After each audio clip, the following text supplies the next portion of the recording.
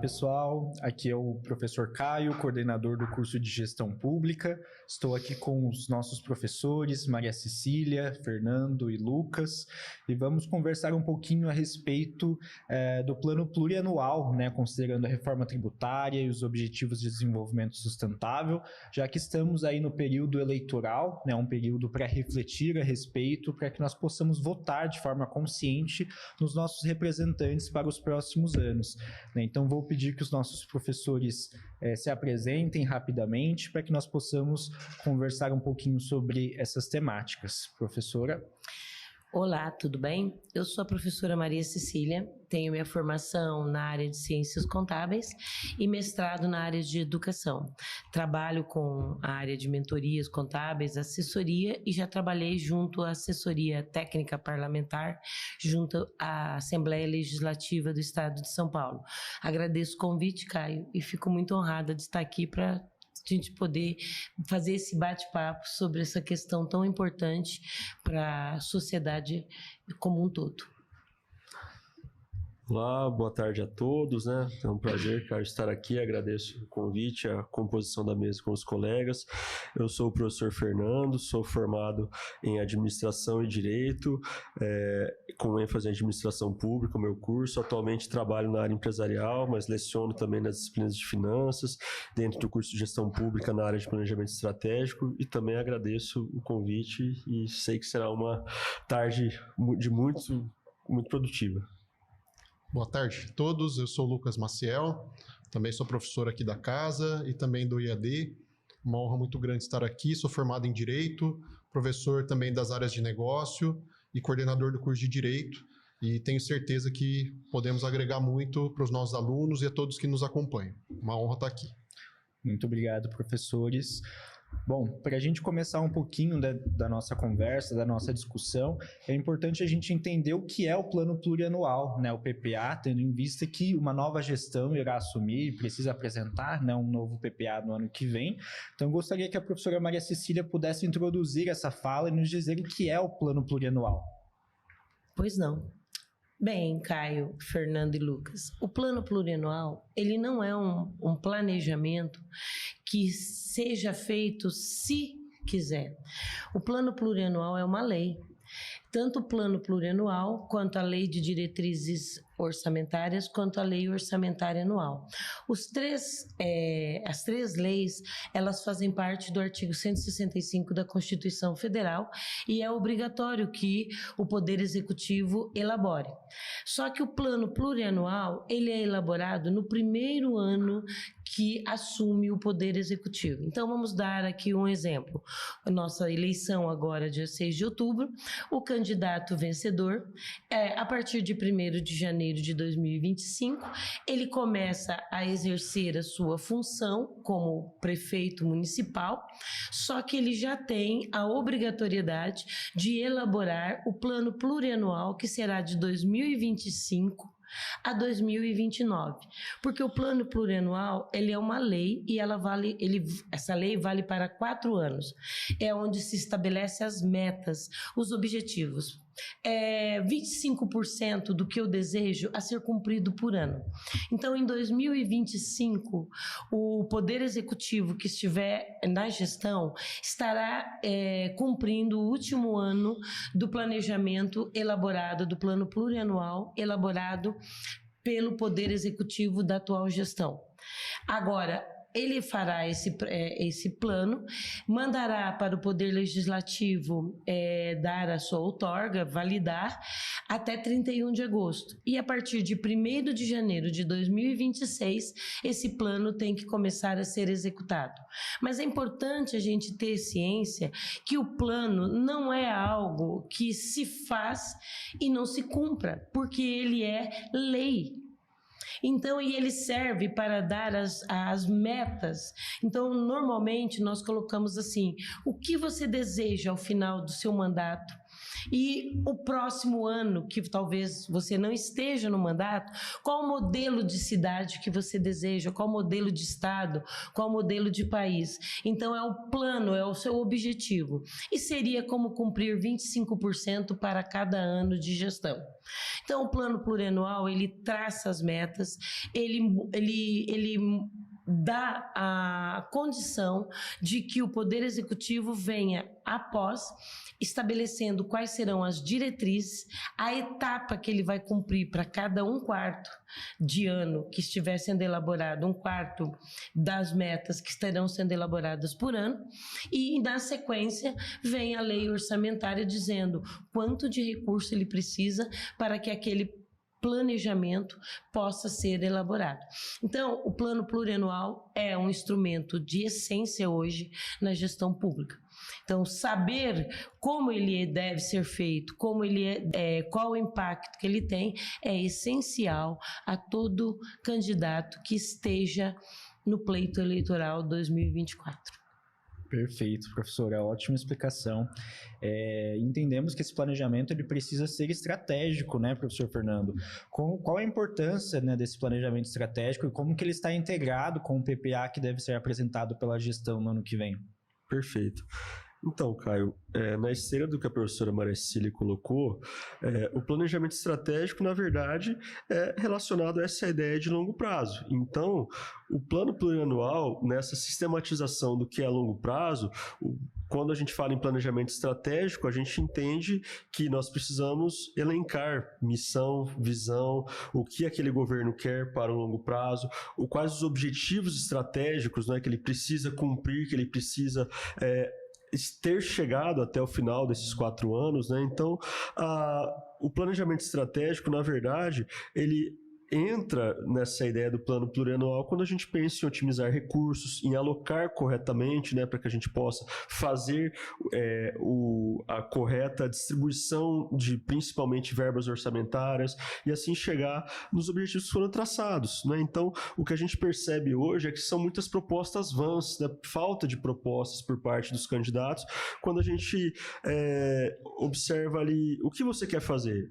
Eu não sei, eu simplesmente quero, né, eu tenho tomado a liberdade de ouvir, assim, alguns candidatos falando e vejo que muitas vezes não existe eu chegarei em 2028, né, passando para 2029, tendo atingido A, B ou C. Acho que isso é planejamento e ninguém tem. Eles querem fazer promessas aleatórias para tentar, de repente, né, ganhar votos e assim sucessivamente, não é? Professor, se eu puder também fazer uma complementação, é importante a gente mencionar que quando a gente fala de um poder executivo, ele deve obedecer regras do direito administrativo. E o direito administrativo deixa claro que o governante ele só pode fazer aquilo que a lei o autoriza. É diferente de nós, enquanto pessoas físicas, pessoas jurídicas da iniciativa privada, em que tudo que a lei não proibir nós podemos fazer. Agora, a administração pública ela deve seguir à risca esses planejamentos, esses planos, essa estratégia, uma vez que, se sair dessa rota, o governante corre riscos, inclusive, de punições até a perda do mandato. Então, é super importante uma estratégia bem executada, bem elaborada, para que realmente esses planos sejam alcançados e que tudo seja feito dentro daquilo que as legislações orçamentárias do direito financeiro determinem. E a gente pode até completar, né, professores Lucas e Fernando, como o professor Fernando disse, conhecer qual eu vou assumir uma administração e eu tenho que saber que já está formatada o modelo de planejamento para 2026. Então, em 2026, eu não tenho muito o que prometer, eu tenho que cumprir o que já veio delineado dentro desse plano plurianual, que é o último ano de execução. Então, qual deveria ser a discussão nossa aqui? Ou da discussão, eu falo aqui como modelo de gestores. gestores, qual deveria ser a discussão? Olha, o que está pautado já para o ano que vem e como eu vou cumprir o ano que vem dentro dos recursos que já estão na Câmara sendo aprovado para o ano que vem, como a lei orçamentária, e a partir daí eu vou começar a desenvolver as minhas propostas a partir de 2026. Então, se eu eleito for, eu vou ter 3 anos para cumprir aquilo. Então, dentro desse planejamento, a própria lei já faz isso propositalmente para não haver rupturas dentro de planejamentos. Então, você começa com o planejamento do gestor anterior, para que você cumpra, para que você tenha conhecimento. Então, o que a gente precisa, com a fala do professor Fernando, é saber se conhece aquilo que já vai ser administrado a partir de 1º de janeiro. Por isso que também, professor Lucas, que a lei coloca o governo de transição. Para eles exatamente conhecendo durante 90 dias. Por que a eleição é dia 6 de outubro e a eleição não é 30 de dezembro? Então, a eleição é 6 de outubro porque a própria lei ela quer dar essa oportunidade de você conhecer o que você vai assumir para depois você não alegar falta de conhecimento. Então, a lei ela é perfeita. O modelo administrativo, eu falo sempre, o modelo administrativo público é o mais perfeito que existe e a contabilidade pública ela é perfeita. Ela tem a estrutura mais bem elaborada. Não vamos entrar em detalhes aqui que não vem ao caso. Mas se a gente pega o modelo administração pública, ela é tão perfeita que ela começa do planejamento, do ato. Sendo que a contabilidade privada, ela começa do fato contábil. E isso já é uma grande diferencial. Então, assim, eu sou apaixonada pela área de contabilidade pública, porque eu vejo a perfeição na elaboração de toda a sua estrutura. Perfeito, e até complementando, né, Caio, entrando até nessa integração do planejamento estratégico com o plano plurianual, que é o nosso debate, né, nós observamos que quando a gente fala em estratégia, um dos pontos, né, que eu sempre olho muito para a administração de empresas e que deveria se pautar na administração pública, é que quando a gente encerra um exercício, né, numa empresa, a gente costuma fazer aquele ato, pelo menos acho que deveria se fazer de lições aprendidas, né? Então, o que aprendemos nesse ano e o que deve ser encarado, né, como meta para o próximo ano, né? Então, as empresas, na verdade, as organizações da administração pública deveriam colocar essas metas também a serem seguidas. Então, professor, o que eu vejo muito, vendo propostas, né, que estão cada vez mais escassas, olha, no dia 2 de janeiro, e não vou falar 1º de janeiro, porque é feriado universal, mas no dia 2 de janeiro, no meu governo não haverá, né, tal coisa, não haverá tal coisa, mas a gente sabe que vai haver sim, porque aquilo já está traçado, né? Falando-se em recursos, em distribuição orçamentária. Então, talvez nessa integração entre plano plurianual, como a professora colocou, né, de se estender por 4 anos, falta esse alinhamento de metas e de ações. Nós não vamos mudar as ações, porque as ações estão traçadas. Então, nós não podemos acreditar que haverá, vai ter uma mudança brusca. Não vai haver, né? Não. Perfeito, professor. Aproveitando o gancho, professora, quais são os principais desafios que existem para esses novos governantes que vão elaborar o planejamento plurianual para o próximo ano, né, que entrará em vigor em 2026?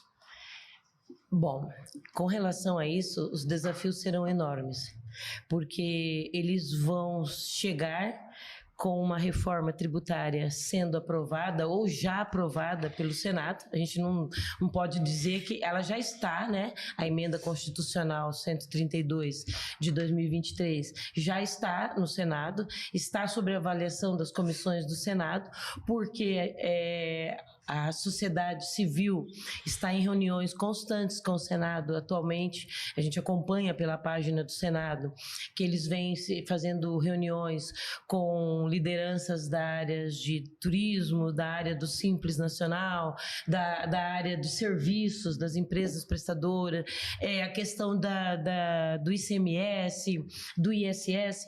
Então, haverá, sim, uma grande mudança a partir de 2027, com uma implantação implantação a partir de 2026, que mudará, não vamos discutir aqui todos os pontos, mas um deles, principalmente, é a questão da como que vai ser feita essas transferências correntes, que hoje ocorre através dos fundos de participação, e hoje tem um modelo de cálculo, e vai vir dentro de um outro modelo de cálculo, porque está mudando até o modelo de cobrança, que agora é o princípio do destino do ICMS. E aí, quando é o princípio do destino, eu vou tirar muito de regiões produtoras para poder passar um pouco mais para as regiões consumidoras, estados que consomem. Isso seria mais ou menos o que dita o princípio do destino.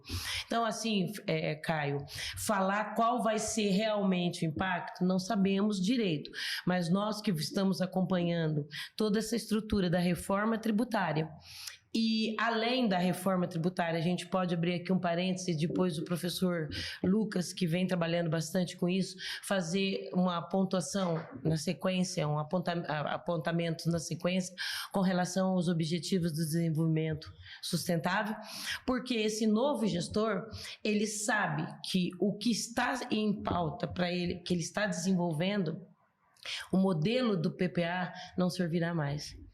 Terá que ser reconstruído, terá que ser feito do zero, da base zero, porque ele tem políticas públicas, políticas de estados, que são sequências, que o governo vai manter essas políticas, só que a gente não tem ainda uma visão clara de como que o governo vai manter, o governo que eu digo aqui, o governo federal, como ele vai manter essas políticas na área da saúde, na área da educação, com essas mudanças, apesar da emenda constitucional falar que será pouco impacto, mas quando você entra nos detalhes, você vê que vão ser grandes os impactos.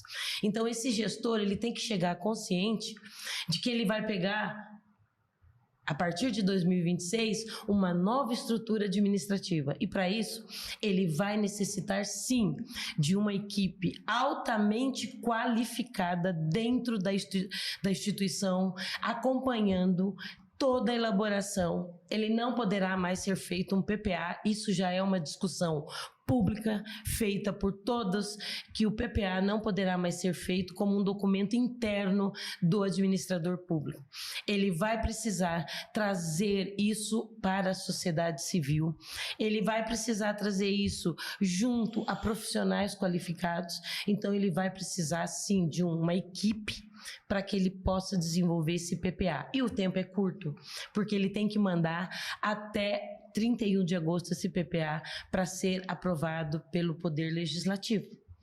Então, no meu ver, um dos maiores impactos vai ser alinhar, e agora eu vou passar para o professor Lucas falar, alinhar essa reforma tributária, sabendo que ele vai deixar o mandato dele em 2028, 25, 26, 28, com um ano de 2029 sendo para ser executado, nas vésperas da implantação, que tem que estar funcionando os Objetivos de Desenvolvimento Sustentável, o ODS, estabelecidos 17 objetivos. Então, ele tem que ser um administrador, e também o professor Fernando pode colocar na questão estratégica, como ele tem que estar preocupado já com isso, porque ele vai ter políticas de Estado, que vão dar continuidade, porque não depende do governo, mas já são políticas implantadas por lei, e ele vai ter que estabelecer as políticas públicas do governo dele, que ele está fazendo as promessas em campanha.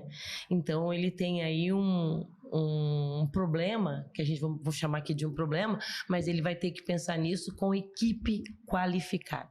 Qualquer um dos próximos gestores, seja agora, o primeiro que vai pegar isso é o municipal, mas o estadual e o federal. O federal ele já pensou em alguns pontos, mas não totalmente na reforma tributária que vem impactar.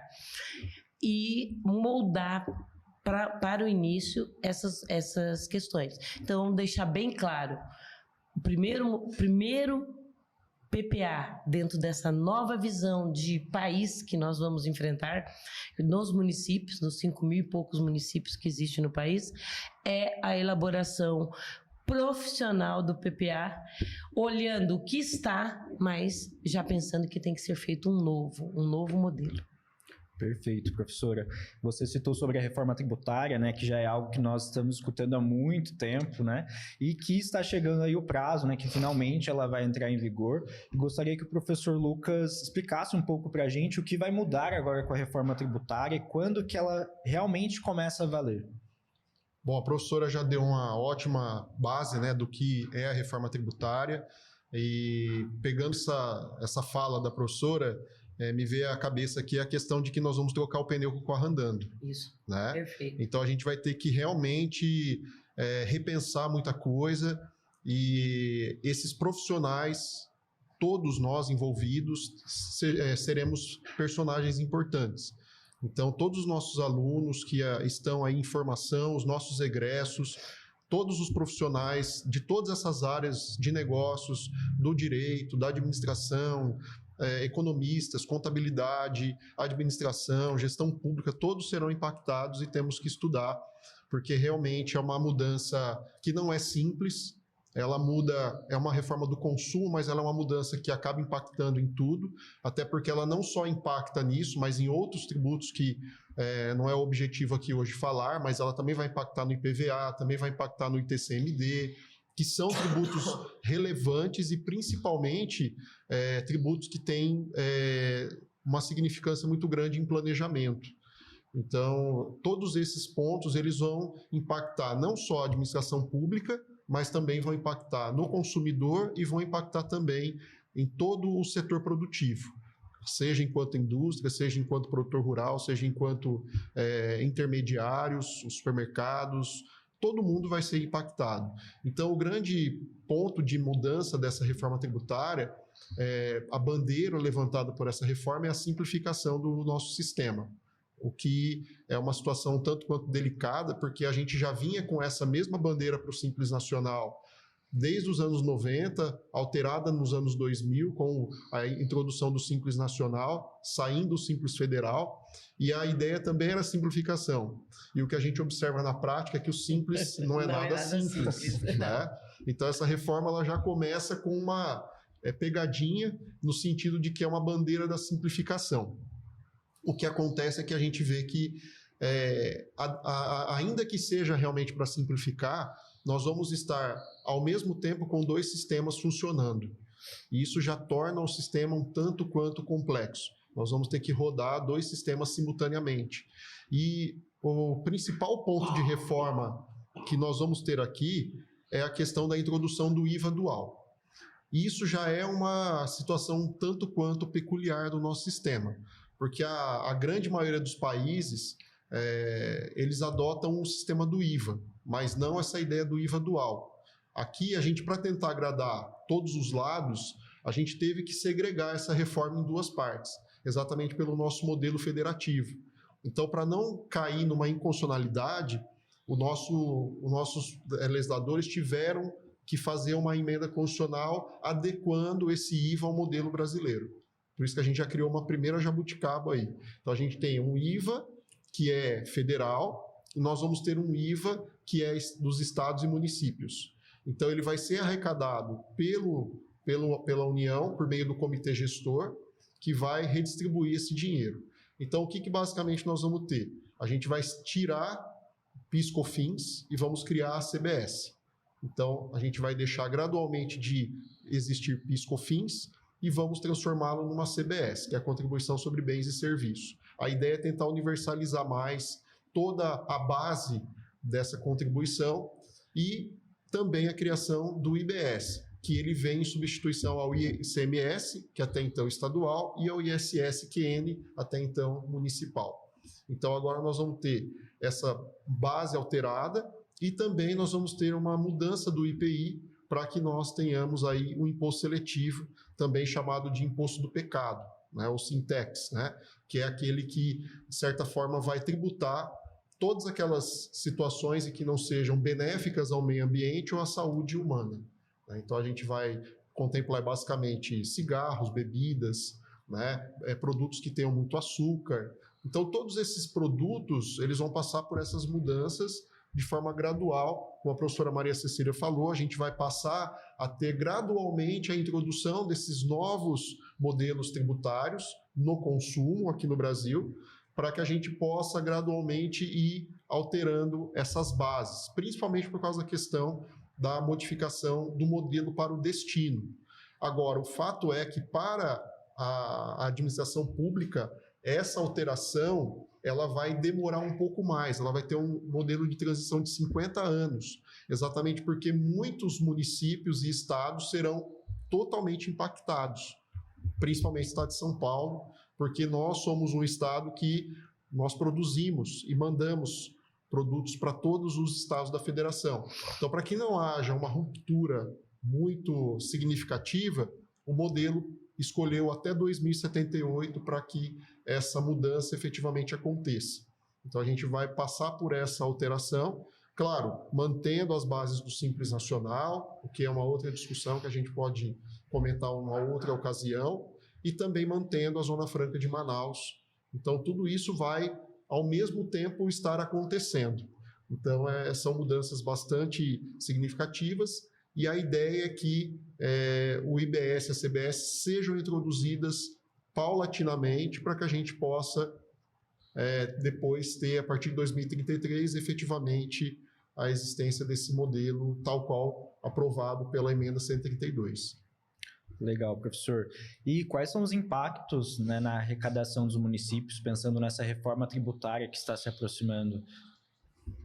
Olha, a priori, nós vamos ter, como a professora Maria Cecília falou, que fazer uma reestruturação, exatamente porque isso vai ter impactos e a gente ainda não tem muito como mensurá-los. Exatamente porque com essa criação do comitê gestor, que ainda está dentro das ideias dos projetos de lei complementar que estão em tramitação no Congresso, então a gente ainda não sabe muito bem como vai ser essa questão de como o comitê gestor vai fazer essa distribuição. O fato é que, fazendo alguns estudos, algumas análises, o que a gente tem é que a questão dessa mudança, principalmente do IBS, ele vai, sem dúvida nenhuma, fazer com que haja uma redistribuição diferente dos recursos arrecadados. Tem muitos municípios que estão muito preocupados com isso, porque sensivelmente vão ter perda de arrecadação, e outros que vão ter aumento de arrecadação. Exatamente porque a ideia da reforma é fazer uma partilha mais coerente desses recursos, fazendo com que nós tenhamos uma melhor recepção desses recursos para os municípios mais necessitados. Porque o que hoje a gente vê é muito uma distribuição pensando muito na questão da onde ocorreu o fato gerador, né? Principalmente o ICMS tem muito isso e o ISS tem essa questão. Com a introdução do IBS, a ideia é tentar uma partilha mais uniforme desse recurso e também pensando numa questão de população e alguns outros aspectos. O fato é que esse comitê gestor ele vai ter um papel muito importante e é interessante que os municípios estejam atentos, os estados também estejam atentos a como isso vai acontecer dentro do nosso modelo atual, para que, de fato, esses recursos sejam, de fato, enviados para o destinatário final, que são os entes públicos. A grande preocupação é que a gente já começa a ficar com receio. Quanto tempo vai demorar para esses recursos chegarem até os municípios? Como que vai ficar a questão de cobrança em caso de inadimplemento por parte do contribuinte? Então, todas essas questões que vão surgindo, elas colocam em dúvida o administrador que vai assumir, a partir do ano que vem, os mandatos nos municípios. E isso é importante que todos estejam atentos, por isso que a professora Maria Cecília falou com relação à questão dessas discussões que nós estamos tendo no Congresso, são super importantes. Só para que todos tenham ideia, hoje nós temos mais de 1.000 emendas ao projeto das leis complementares da reforma tributária, o que demonstra que nós ainda estamos muito longe de amadurecer todos os pontos importantes da reforma. Então, essas questões precisam sim ser bem elaboradas, exatamente porque nós temos um impacto muito considerável. Haja visto que nós moramos no município. Ninguém mora no estado, ninguém mora na União. Nós moramos no município. Então, os municípios são aqueles que mais sentem a dor de todos esses problemas. Então, a gente precisa realmente ter uma busca por uma melhor distribuição desses recursos e a reforma tributária precisa realmente fazer com que isso seja mais bem definido. Agora, temos que aguardar como tudo isso vai de fato ocorrer, porque foi definido os critérios do IBS, da CBS, do imposto seletivo. Agora a gente precisa verificar como vai ser toda a partilha desse recurso arrecadado, o tempo que isso vai levar e quanto isso vai impactar, principalmente nessas legislações orçamentárias. Perfeito, professor. Aproveitando o gancho, né? Gostaria que a professora Maria Cecília, então, falasse um pouquinho sobre como a reforma tributária ela vai impactar na elaboração do PPA. Bem, Caio, é o que eu te falei, e o professor Lucas acabou de falar. A gente não tem, assim, ainda um modelo pronto, mas eu posso te dar um exemplo.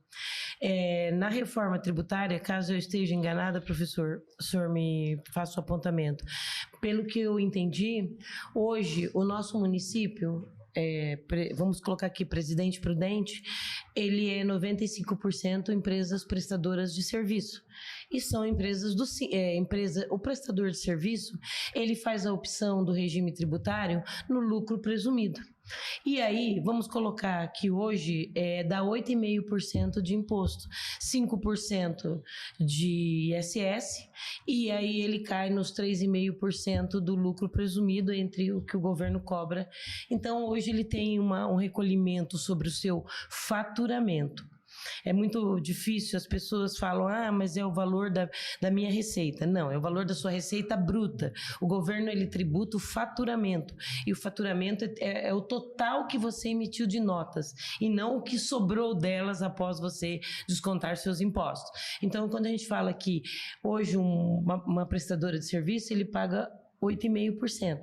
Com a reforma do IBS, dentro dos cálculos, e do CBS, dentro dos cálculos que estão sendo feitos, me parece que vai para dar 26,5%. Já estão falando até em 28%, exatamente porque nós temos alguns produtos que estão indo para a cesta básica, então eles têm que ampliar a alíquota porque a base diminui. Então já se fala até em 28%. Então, você imagina uma empresa que hoje, prestadora de serviço, 95% da economia do município está dentro desta, depois até o professor Fernando pode falar um pouco sobre essa questão financeira, está dentro dessa estrutura já, de um planejamento já pré-existente. Essa é a maior discussão que professor Lucas, que está no Senado, que todo dia eles têm reuniões lá com as comissões para ser discutidas de muitas das emendas. Então, a gente tem um receio muito grande, qual vai ser o impacto da arrecadação do município, perdendo muitas empresas que não aguentarão pagar essa mudança e fala assim, mas vai até 2050. Só que a gente não pode esquecer que a CBS, que é Contribuição de Bens e Serviços, ela vai estar implantada até 2027. É o IBS que eles vão dar um plano, e o CBS, é o PIS e COFINS, representa uma parte muito grande dentro dos municípios, da arrecadação dos municípios. Então, assim, o que a gente tem ainda, vamos dizer, entre aspas, é um achismo, porque a gente não tem um modelo de cálculo exato, né, professor Fernando? Sim, perfeito. A gente não tem um impacto exato, mas a gente tem uma preocupação muito grande, porque isso vai virar um efeito dominó. Menos empresa, menos emprego, e um porém, que o complemento da reforma tributária é que a guerra fiscal é um modelo que eles querem terminar. Ok, querem extinguir a guerra fiscal. Agora, todos os municípios que levaram as empresas dando benefícios nessa guerra fiscal vão ter que desenvolver projetos, entregar ao comitê gestor o modelo para eles poderem, as empresas que foram para esses municípios, receberem uma participação do fundo de desenvolvimento que vai ser criado com a reforma. E aí, essas empresas, elas foram com o planejamento, esses municípios já contam com elas lá. Então, você veja, Caio, não tem, assim, um ponto que a gente possa chegar aqui e discutir. A gente precisa sentar na mesa e fazer um mapa, jogar todos os problemas e tentar começar a responder. Mas uma coisa é muito importante, a visão de consumo. Hoje, as pessoas vão ter que deixar de fazer uma foto que eu estou comprando isso em tal cidade. Olha, porque se ele não comprar no seu município, ele prejudica mais ainda, porque o município vai ter que trabalhar para que o consumo seja feito dentro do município. Então, veja, eu tenho que incentivar que a minha população compre dentro das empresas do município. Então, assim, impactar no todo. Discussões? Muitas. Mas a gente tem que começar a pensar. Sabe, o momento agora não é que é 2026, é 2027, é 2050, é 2058, é 2078. Não, o momento é agora, porque tudo isso vai começar a acontecer gradativamente. Em 2027 a gente já tem um impacto financeiro muito grande e esse impacto dentro da estrutura e da estratégia ficaria como, professor? Olha, professora, é realmente preocupante, né? Porque, na verdade, os municípios, hoje, eles estão bastante acostumados, né? Pelo que a gente observa, como que o município, né? Pelo menos o que eu vivencio, né? Olhando até como fornecedor para municípios, para órgãos voltados ali ao cenário regional, ele olha assim, eu tenho os repasses que vêm de convênios, né? Então, algumas verbas já são ali carimbadas, eu tenho o repasse todo dia 10 lá do FPM, né? Então, esse aqui eu vou me planejando, né? Dentro daquilo lá. Eu tenho alguma arrecadação que vem, lógico, do ISS também, que é arrecadação própria, né?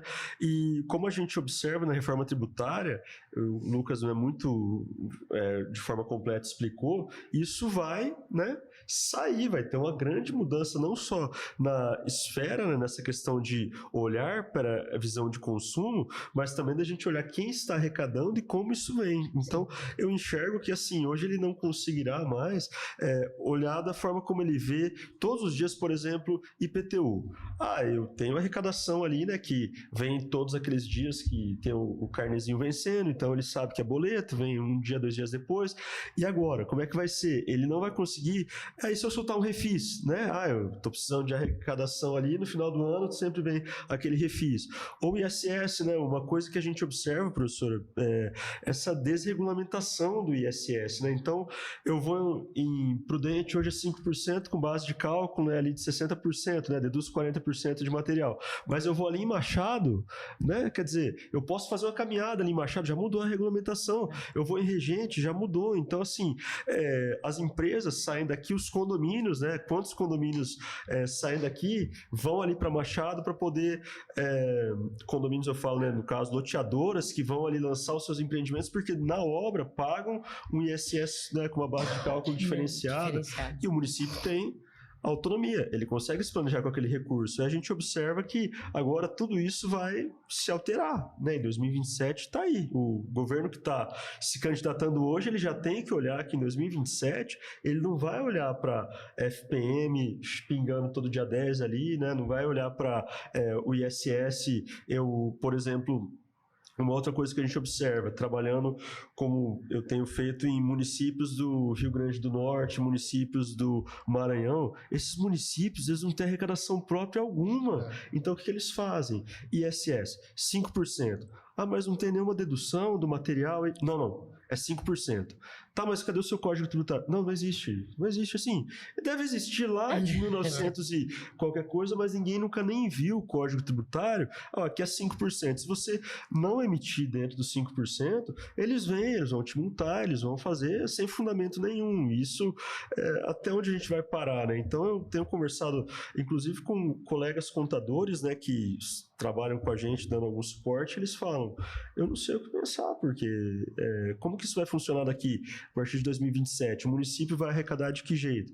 E se ele não arrecada, o que a gente observa é que ele não vai também conseguir, né, principalmente nesses locais mais isolados, porque em Prudente, por exemplo, né, a gente fala de um grande município, mas você pega um município, até da região aqui, municípios de 1.000 habitantes, eu vi recentemente o caso de Pracinha, né, que é um município que tem 1.000 e poucos habitantes ao nosso redor. Eles não têm arrecadação própria. Como que isso vai funcionar, né? A gente conversei com o prefeito do município faz uns 15 dias, a gente tem feito um contrato com eles lá, ele falou, não sei o que vai ser. Não de mim, que eu tô já 8 anos, eu não quero mais, eu tô saindo, mas o meu sucessor, eu não sei o que vai ser, porque o município não tem arrecadação própria.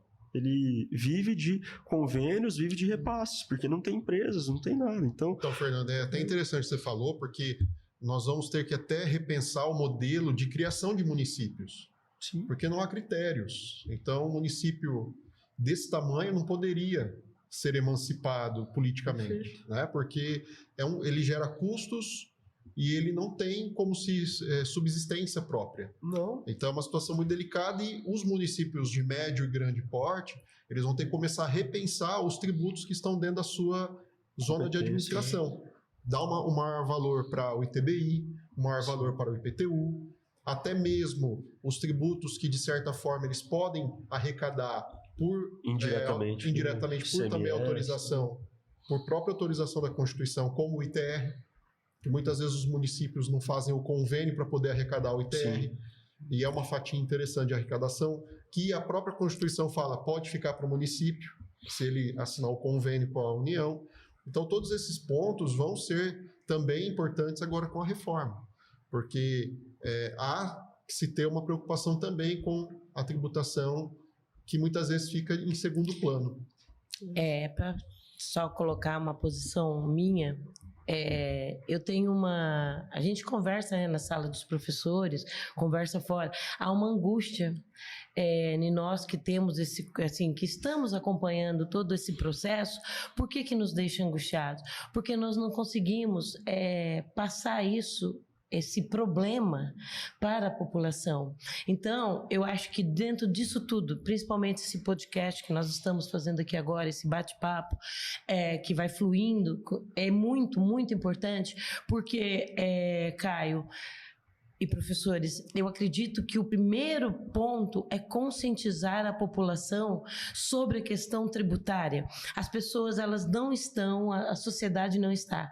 Eu trabalhei muitos anos diretamente com o Estado na questão do ICMS e na arrecadação do IPM, o Índice de Participação do Município. E nós temos aqui uma região que planta cana, mas aí vem o ICMS diferido e o ICMS começa a ser cobrado somente da usina. E aí a gente chega a uma determinada cidade do estado de São Paulo que não planta um pé de cana e o IPM dela é 5, 6 vezes maior. Por quê? Porque lá não tem a plantação da cana, lá não tem o caminhão que transporta, lá não tem o veneno nas plantações e lá fica todo o IPM. Por quê? Porque as notas é da distribuição. Por causa da substituição tributária. Por causa da substituição tributária, por causa da distribuidora, né, do ICMS. Então, assim, e aí a gente fala, gente, nós precisamos discutir o cálculo do IPM. Agora ele vai morrer. Agora o IPM vai morrer. O que vai nascer do lugar dele? Como vai nascer? Porque nós recebemos um percentual de 25% muito pequeno. E nós temos aqui uma renda que vem da venda da cana. Eu estou dando um exemplo. Mas onde está o nosso maior problema? Nós somos uma região de substituição tributária. Onde fica essa questão da substituição tributária? Onde está esse ICMS? Então, aquela pergunta que você passou para mim, Caio, como fica o PPA? O PPA já deveria ter visto isso há muito tempo e alertado a população. Então, aqui, hoje, eu deixo o meu recado seguinte: a população precisa acordar para a questão de conhecer como a tributação é feita no país, como ela é feita agora, e qual o caminho que ela está sendo feita. Não adianta, eu vejo todo mundo agora querendo entender a reforma. Mas como eu vou falar de reforma se eu não sei nem como a casa está montada? Eu não sou engenheiro, eu não sou arquiteta, mas eu imagino que não dá para eu pedir para fazer uma reforma se eu não conhecer. Então, eu preciso conhecer essa base, essa estrutura. E eu acho que dentro daquilo é chamar a população para se conscientizar e conhecer. E não em discussões políticas, mas discussões de conhecimento daquilo que impacta diretamente onde mais dói nela, que é o bolso. Perfeito, professora.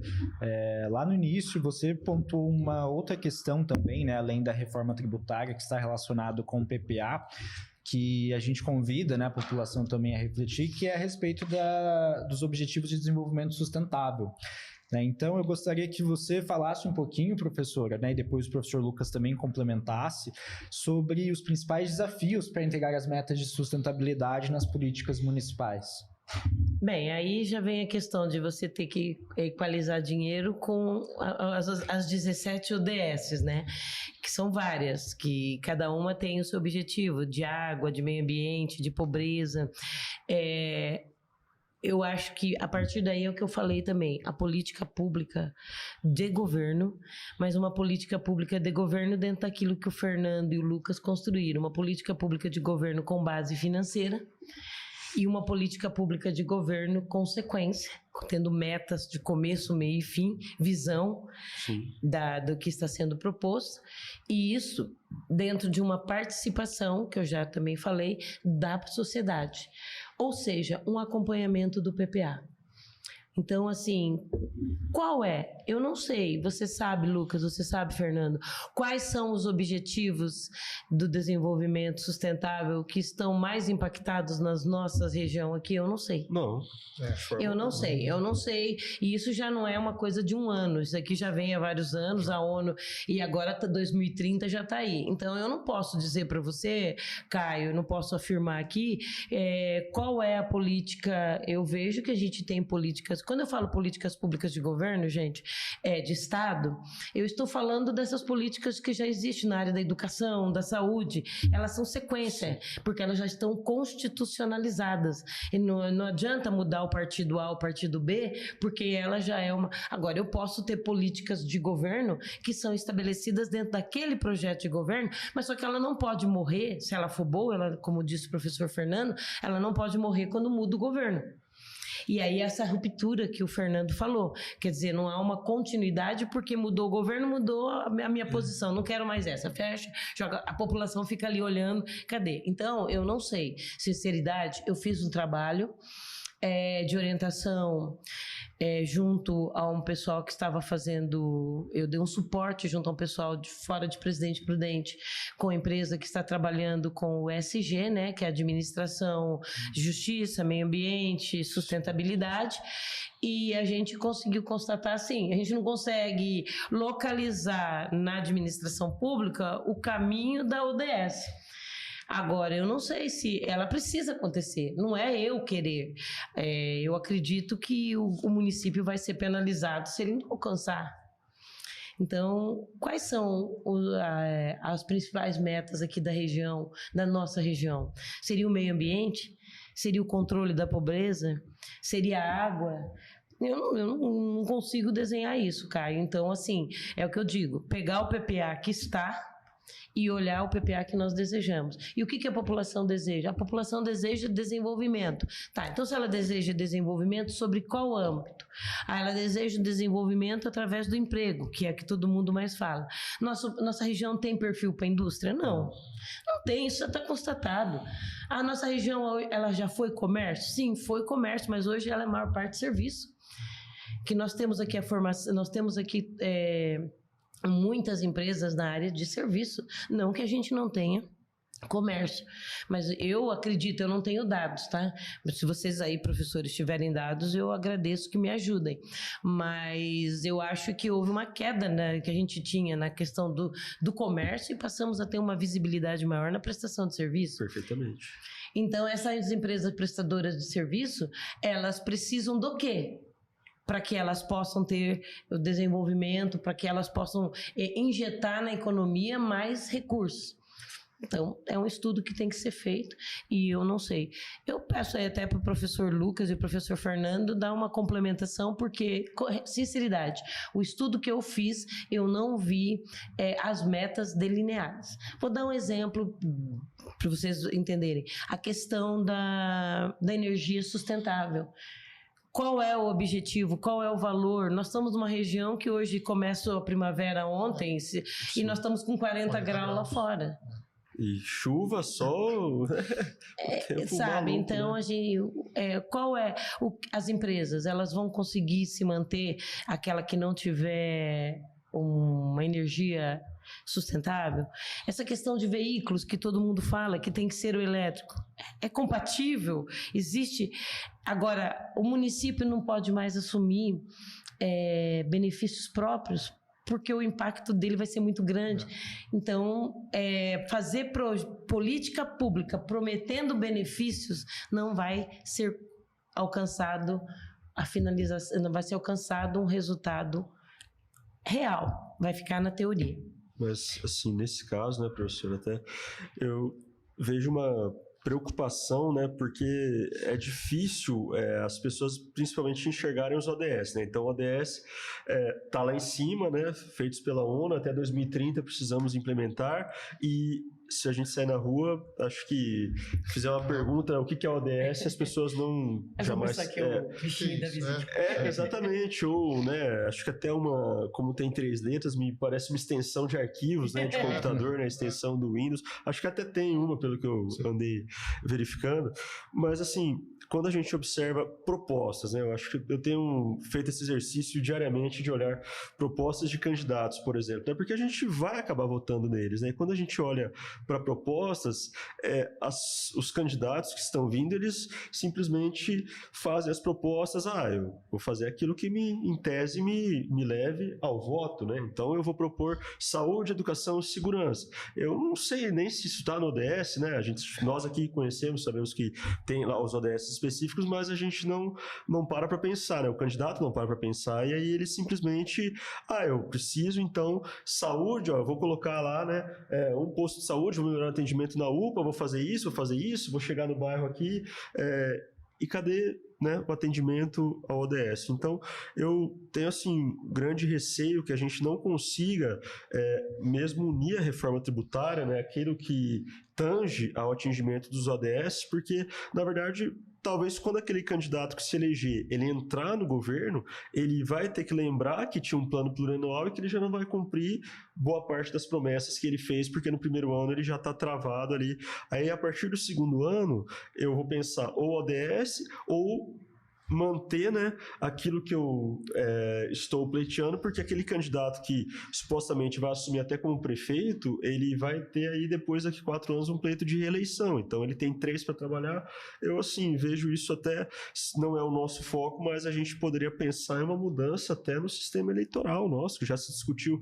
Eu lembro quando eu estava na graduação em administração pública, tinha muita gente que batia naquele movimento do voto distrital. Isso faz 10, 15 anos, talvez, 2005. Faz muito mais. Faz.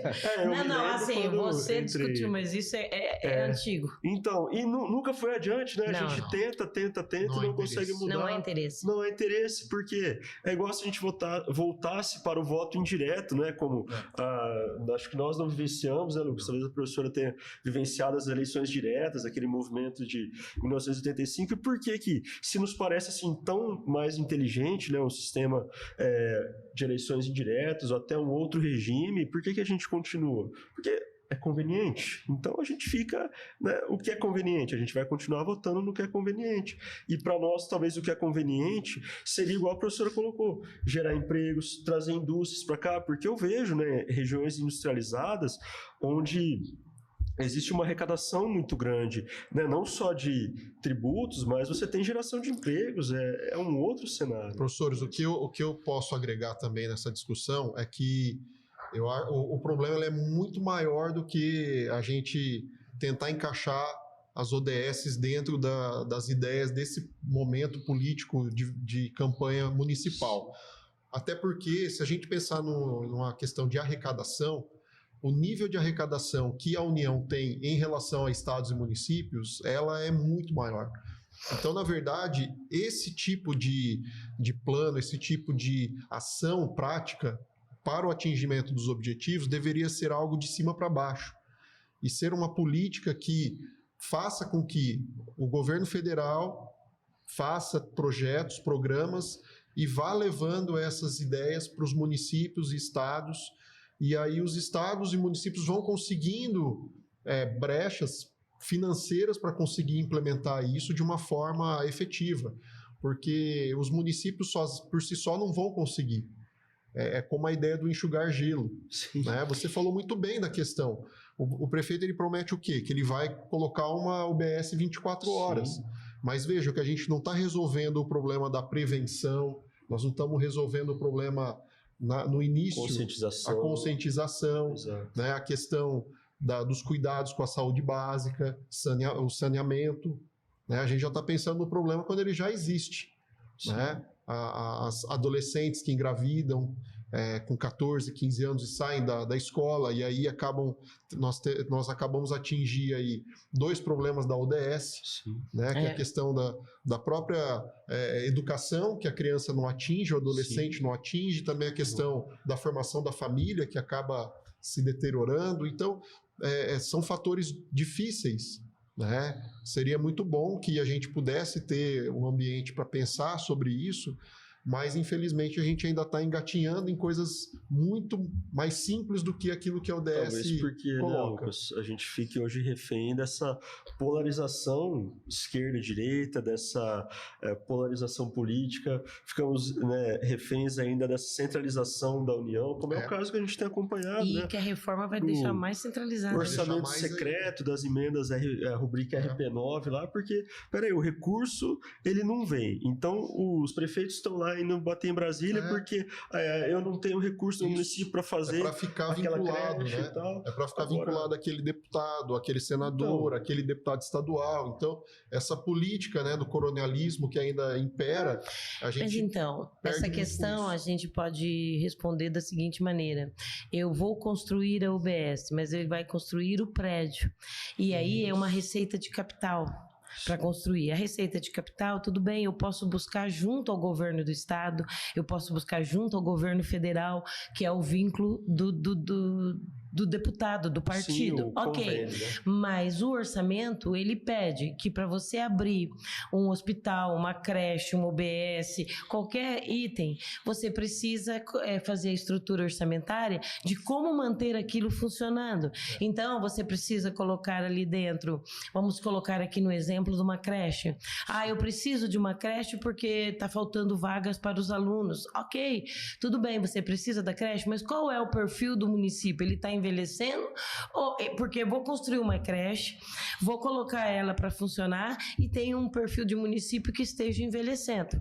Sim. Então, quer dizer, daqui a pouco eu vou ter ali mais um prédio parado. Mas tudo bem, no momento dele funcionar, o que a lei determina? Que eu preciso demonstrar, pelo menos, no mínimo, que eu tenho recurso para manter funcionários e alimentos, o básico, tá? Da creche, por 2 anos. Então, não é construir o imóvel, porque ali eu estou colocando uma despesa de capital e aí eu vou buscar uma receita de capital que o governo me dá.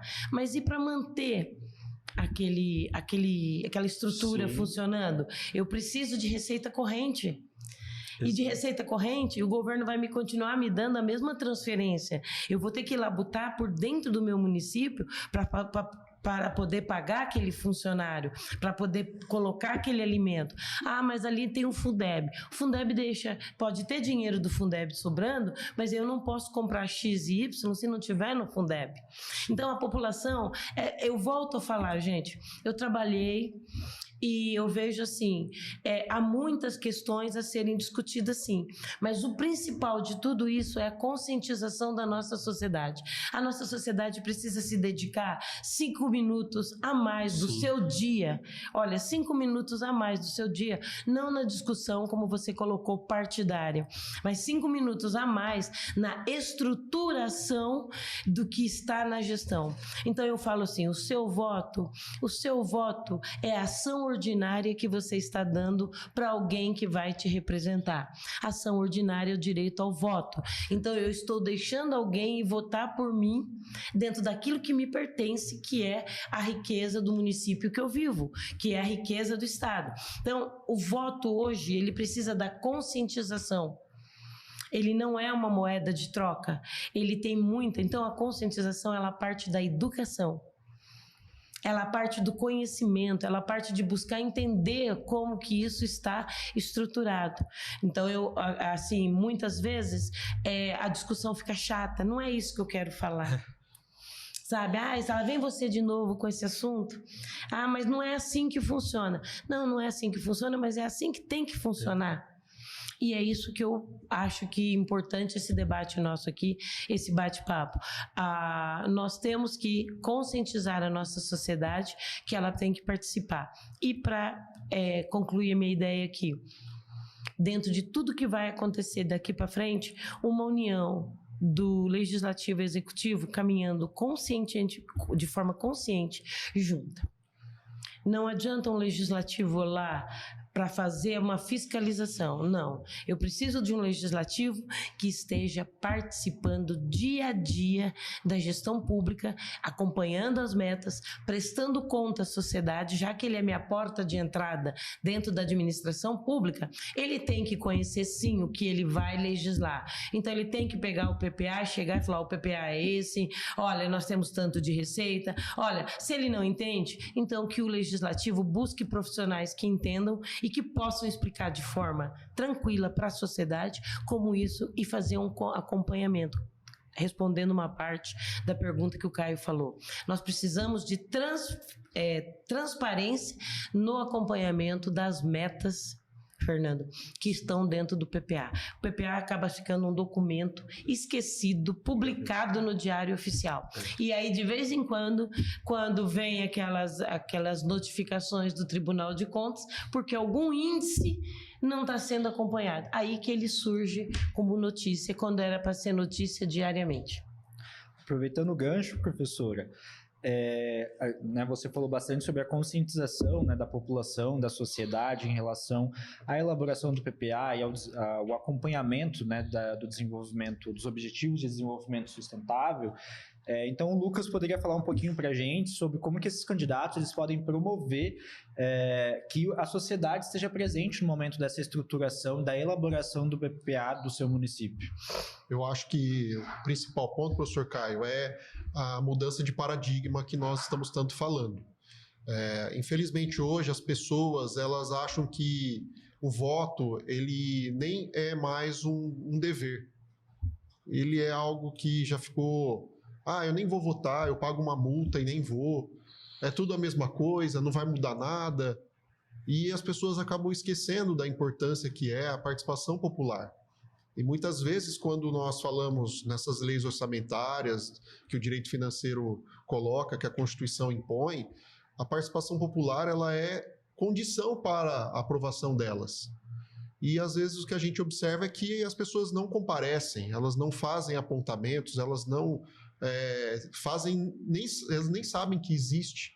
Isso é divulgado na imprensa, é divulgado nos portais, e as pessoas não fazem a mínima questão de participar, exatamente porque não se vê inseridas nesse ponto. Então a gente já é condicionado a apenas reclamar, né? E dizer que eu fiz minha parte, que foi votar. Ou muitas vezes eu nem voto porque não me interessa mais, porque é tudo igual. Se eu votar no A, ou no B, ou no C, é tudo igual, né? E até a gente fala, as pessoas não sabem nem para que servem os cargos, muitas vezes. Elas não conseguem discernir o que o vereador faz, o que o prefeito faz. Então, há uma dificuldade, uma celeuma envolvendo até isso.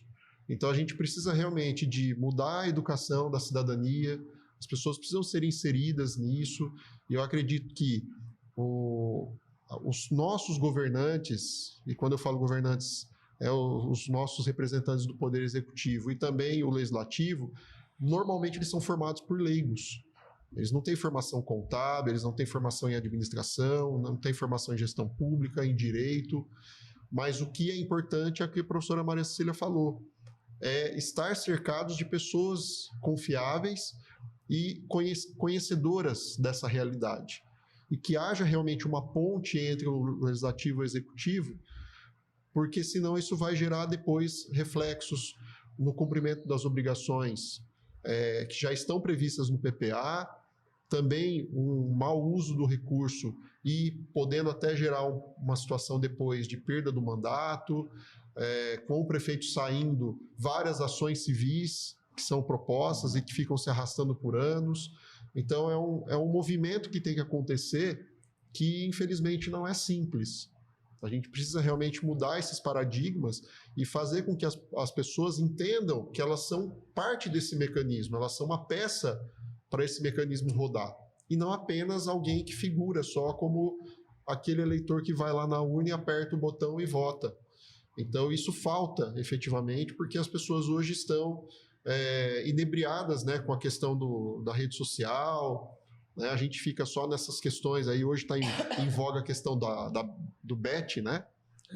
E a gente fica nisso. e deixa esses assuntos importantes de segundo, terceiro, quarto plano. E nós não nos inserimos nessa situação. Então, por isso a importância de debates como o que a gente está fazendo aqui, os nossos alunos como peças-chave, né, para a gente levar esse conhecimento, para que as pessoas difundam isso, e quem sabe, uma hora a gente verifica a importância dessa nosso papel social, principalmente porque, como o professor Fernando falou, foi conquistado a duras penas, né, o nosso direito ao voto. E a gente precisa realmente fazê-lo algo efetivo para que reflita nessas ações, para que a gente tenha um atendimento aos objetivos de desenvolvimento sustentável, para que a gente consiga fazer com que os recursos públicos sejam efetivamente usados para aquilo que é importante, porque o que a gente vê muitas vezes, igual a professora Maria Cecília falou, vamos construir mais um elefante branco, depois fica lá. Só que a gente precisa pensar em utilização melhor dessas participações com a iniciativa privada, essas iniciativas, o uso das entidades do terceiro setor, tantas coisas que a gente pode fazer usando menos recurso e dando uma efetividade maior para esses direitos fundamentais. Perfeito, professor. E algo relacionado, né, com isso que nós estamos conversando agora, é em relação à transparência no uso de recursos municipais, né? A gente tocou nesse assunto já, né? Então eu gostaria que a professora Maria Cecília comentasse um pouco sobre como garantir, né, essa transparência na utilização dos recursos municipais, considerando que nós teremos novas diretrizes fiscais e também as necessidades sustentáveis. Hoje nós temos desde 2000, né, a Lei de Responsabilidade Fiscal, a 101 de 2000. A lei ela nasceu com uma finalidade, a gestão fiscal de uma lei. Pode parecer estranho, mas a Lei 4.320 de 1964 é a primeira lei da contabilidade pública. E qual é a função da Lei 4.320? A função dela é organizar a estrutura do planejamento, contabilizar o ato administrativo para ver a validade dele. Então, a Lei 4.320, existe muitas. Você pega ela você entra dá um Google, né, como o pessoal fala, você dá um Google, ela tem mais risquinho azul do que... Por quê? Porque uma coxa de retalho. Ela já foi mudada outra vez, mas ela não perde a sua essência. E ela nunca vai deixar de existir, como muitos acreditam, a Lei 4.320 vai deixar de existir. Não, ela não vai deixar de existir. Não conseguem fazer a sepultura dela e enterrá-la. Por quê? Porque ela é uma continuidade da Constituição Federal. Se eu tenho ali o artigo 165, que diz que o Executivo tem que montar, tem que fazer o PPA, o plano plurianual, a lei de diretriz orçamentária e a lei orçamentária anual, ele precisou criar uma lei para poder falar como que ele vai fazer isso. Porque isso é um ato administrativo. Nós da área de ciências contábeis dizemos o seguinte: a contabilidade ela nasce do fato contábil. O fato é quando provoca mudança. E o ato administrativo ainda ele não provocou, ele é só uma previsão e uma fixação de receitas e despesas baseadas em metas, considerando-se que há metas por trás daquela receita e daquela despesas que estão sendo atendidas naquele momento através daquela lei orçamentária. Então, qual é a Lei 4.320? Qual é o objetivo dela? Exatamente isso, dar direção. Tudo bem, em 2000... acharam que ela precisava ser fiscalizada e criaram a Lei 101 de 101 de 2000, que é a LRF, Lei de Responsabilidade Fiscal, e ela nasceu com qual objetivo? Gestão fiscal do orçamento. Quer dizer, eu crio uma lei para poder dar transparência àquilo. É a base hoje, se eu estiver errada, mas eu acredito que é a base hoje, né, professor Lucas, do Tribunal de Contas.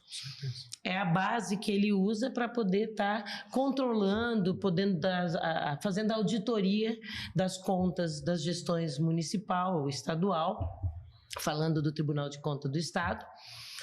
E ele tem ali na página dele Toda, se você coloca lá, Tribunal de Contas do Estado de São Paulo, tudo que está acontecendo nos 645 municípios do estado, com arrecadação, com empenho, está tudo ali. O portal da transparência, ele tem nas prefeituras, está ali dentro de todo o site de uma prefeitura, tem uns mais, outros menos, mas tem ali as informações.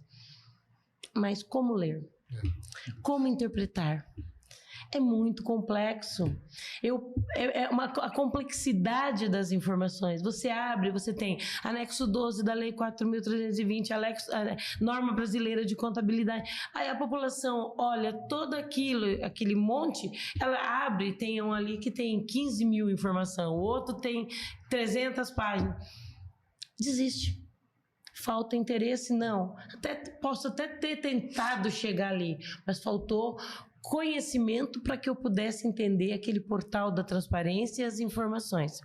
Então, dentro disso, de buscar essa transparência, o que eu coloco é que precisa ser mais divulgado, explicado, incentivado essa participação para buscar esse conhecimento. Não é fácil? Não. Precisa de toda uma estrutura, principalmente na área de ciências contábeis, gestão pública. Precisa. Para poder entender o que está sendo feito. E se você não concorda com aquilo que está sendo feito, você tem argumentos para discutir de forma correta. Então, o poder legislativo, ele tem uma função, no meu ver, muito, muito importante dentro da estrutura da administração pública. Ele é minha porta de entrada. É através dele. É como se eu estivesse na administração pública, né, professor Fernando, falando uma governança corporativa. Sim. Ou ESG hoje, né? É como se ali eu tenho representantes que estão me representando, porque a riqueza do município é gerada dentro do meu patrimônio, a maior parte que gera a riqueza. Então eu dei meu voto a ele, como o professor Lucas falou, eu dei meu voto na urna a ele, confiando que ele vai fazer essa governança corporativa, ele vai fazer esse elo de não esperar ou acontecer. Mas ele vai fazer, não é para efeito de eu sou do partido X ou do partido Y, eu vou contra o executivo. Não, eu estou aqui para dar fortificar o governo, porque o legislativo e o executivo é um governo, é uma administração. Você não vai chegar na empresa, a governança corporativa brigando com os poderes constituídos de uma diretoria. Ela vai dar embasamento, ela vai fortalecer. Então, a minha visão é o voto para o legislativo e o voto para o executivo é aquilo que você está outorgando um direito a ser representado. E se você está outorgando esse direito, essa pessoa que vai ser representada vai representar você, ela tem a obrigação de fazer o seu trabalho diante de uma transparência de todos os apontamentos e não somente aguardar o momento da chamada que a lei exige, a chamada para apresentação do orçamento, não, ele tem que ter uma postura de administrador, uma postura de gestor, uma postura de advogado, uma postura de contador. Ele sim reúne todas as profissões. Mas e o conhecimento? Se ele não tem, ele terá que buscá-lo. Ele terá que vir buscar este conhecimento. É a única forma, é o caminho para que a gente saia dessas brigas, né? Dessas discussões e dos apontamentos só quando o problema aparece. Então, eu acredito que buscar a transparência é buscar a união do legislativo com o executivo, é um pensamento de muita cautela a quem você vai digitar o seu voto, uma análise de currículo, uma análise de conhecimento, uma análise de responsabilidade, uma análise de posição como cidadão perante aquilo que ele vai estar administrando. É enxergar a administração pública como uma empresa que precisa ter eficácia e eficiência. Ok? Perfeito, E pensando aí no próximo PPA, né, que será elaborado pela pela próxima gestão pública, né, existem objetivos que precisam ser cumpridos até 2029, né, dentro desse PPA. Quais mecanismos que esses futuros gestores eles podem adotar para garantir que esses objetivos que estão nesse PPA sejam de fato cumpridos até o final de 2029? Anualmente, eles teriam que ter um conselho formado por representantes. Seria como quando você fala em fundo, né? Fundo, você tem um fundo, você tem um CNPJ e ali você tem representantes de várias... É um condomínio, né, no caso. Um condomínio, né? Teria que ter eleito, né, o gestor do fundo. Um gestor, né, do fundo. Exatamente. Então, ele teria que constituir um condomínio, vamos dizer assim, de pessoas da sociedade, pessoas da própria administração, representantes das autarquias, da administração direta, da administração indireta, do poder legislativo. As entidades de classe. Entidades de classe. Eles teriam que ter esse acompanhamento, como o professor Fernando disse no início do nosso bate-papo, verificando o que foi proposto para aquele ano de meta. Isso. E ao final do ano, verificando se aquelas metas no planejamento estratégico foram realmente cumpridas. Eu creio, né, professor, que até dentro dessa estrutura que a senhora mencionou de uma empresa, né, pensando, já que nós falamos de governança corporativa, e pensando em estruturas de governança, né, se a gente olhar para uma empresa de capital aberto ou uma SA convencional, por exemplo, a gente teria, eu sempre busco olhar o poder executivo e legislativo como a diretoria, né, e que a gente tivesse que formar aquilo que não existe, que seria o conselho de administração, não é? Que recentemente a gente vê debates também, né, mas o conselho não viu, né, como foi o caso das americanas lá, né, mas espera aí, eles estavam fazendo golpes bilionários e o conselho não viu, né? Então, eu acho que nós deveríamos nos colocar, né, na posição de conselheiros, um pouco de cada um, né, e de repente, lógico, encontrando em associações de classe ou determinados conhecedores do assunto que pudéssemos fiscalizar, né? Mas a gente vê, por exemplo, a sessão da Câmara Municipal, né? Alguém, acho que do povo, né? A gente às vezes até acompanha, principalmente agora que é virtual, né? Transmitido pelo YouTube, às segundas-feiras lá, mas pergunta quem do povo já foi numa sessão da Câmara, né? Só se tiver um problema. Para que aí faz o levante da população. Só que eles ficam bravos, né? Porque chega lá, tem aquela pauta, né? De aprovar trocentos projetos naquela sessão, né? E aí passa rapidinho. Não, mas espera aí, eu queria... Não, mas cadê o seu representante, né? Não tem? Então passa voando. Eu acredito que essa participação é o ponto, e essa participação ela tem que vir também de um convite dos poderes, sabe? Ela tem que vir da consciência dos poderes. Perfeito. Da consciência, para eles poderem nos dar essa abertura, essa né? abertura, porque se não houver tem que partir deles. Eles receberam o voto. Eles receberam essa credibilidade de me representar você, representar uma sociedade. Então, a sociedade anônima de capital aberto, quem é dono? Todos que têm uma ação. E se eu estou transferindo a minha ação, eu estou dando direito a ele a me representar, de votar. Então, voltar à população, não só a população do bairro, porque ali ele não representa mais o bairro, ele não representa mais uma área, ele não atua em benefício de uma única, ele atua por um município. Ele atua em conjunto, né? Em conjunto com os outros 12, né? Que são 13 no município. São 13 vereadores, né? Porque um defende eu sou vereador da Zona Leste, mas espera aí. Então, é mais fácil a gente fazer igual, já houve movimentos do Brasil separatistas, né?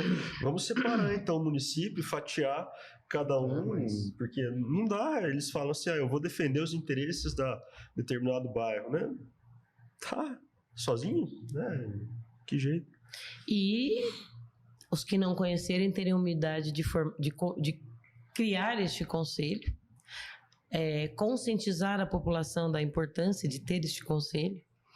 Um conselho formado dentro de um estatuto muito bem elaborado, e colocar à frente para poder estar ajudando nas aprovações de lei, nos acompanhamentos.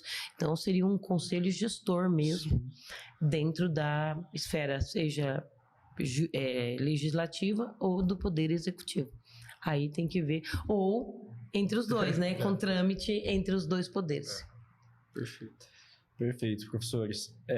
E diante desse cenário, né, a gente vê que existem muitas incertezas, né, seja econômica, política, né, então, e o PPA ele fica em vigor durante 4 anos, né, então é um período longo.